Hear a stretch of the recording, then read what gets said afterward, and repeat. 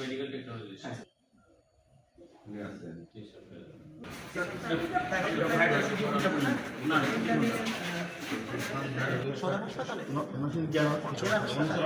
এখানে আসা যা পাইলাম ইটস ফ্রাস্ট্রেটিং যে একটা মাত্র 24 ঘন্টা আগে একটা রিপোর্ট হওয়ার পরেও ভাবছিলাম যে সব ডাক্তার পাবো, ডিউটি বাউন্ড পাবো সবাইকে, কিন্তু সেটা পাই নাই। এই হাসপাতালে আপনার টোটাল 27টা পোস্ট আছে, কর্মরত আছেন পোস্টেড ডাক্তারস আছে 21 জন, তার মধ্যে আমরা প্রেজেন্ট পেয়েছি 8 জন, আর আপনার 4 জন আছে, কয়জন? 5 জন ছুটি ডেপুটেশন, তারপর অফ ডে মিলে 4 জন বাদ গেলে আমাদের থাকে কয়জন? 16 জন। 16 জন থেকে আমরা 8 জন প্রেজেন্ট পেয়েছি, তার মধ্যে 2 জন লেট। 8 জনের মধ্যে 2 জন লেট আসছে, পরবর্তীতে আরো 2 জন আসছে আরো লেটে।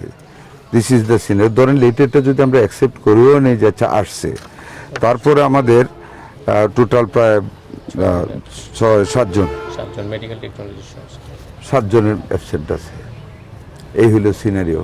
আমি ঠিক 8:30টায় 8:30 আমি ঢুকেছি। আমি রাস্তায় একটু গাড়িতে বসেছিলাম 8টা বাজার জন্য।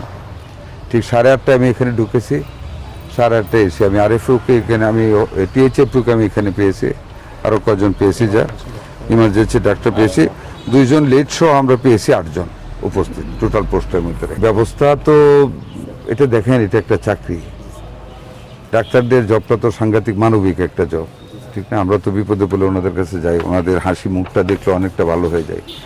আমার কথা হলো এটা চাকুরি তো, এটা না মানুষের সেবা করে দেন। আমরা তো বলতেছি আমরা জনগণের গোড় ধরে আমরা পাবলিক হেলথ কেয়ারটা আমরা পৌঁছে দেবো, চিকিৎসা সেবা পৌঁছে দেবো, তো পৌঁছাবো তো ডাক্তার সাহেবদের দিয়েই।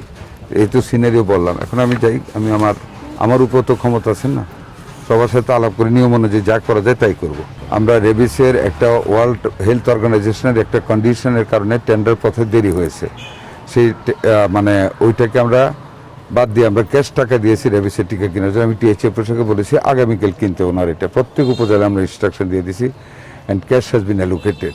ওনার রেবিসে অ্যান্টি রেবিস যেটা একটা মাত্র ইন্ডাস্ট্রি মানে তৈরি করেন ইনসেপ্টটা, ওনাদেরকেও বলেছি, তারাও বলেছে তারা রেগুলার সাপ্লাই দিয়ে যাবে, এবং ক্যাশ টাকা দিয়েছে সারা বাংলাদেশে। এখন অ্যান্টি রেবিস টিকার কোনো অসুবিধা হবে না ইনশাল্লাহ।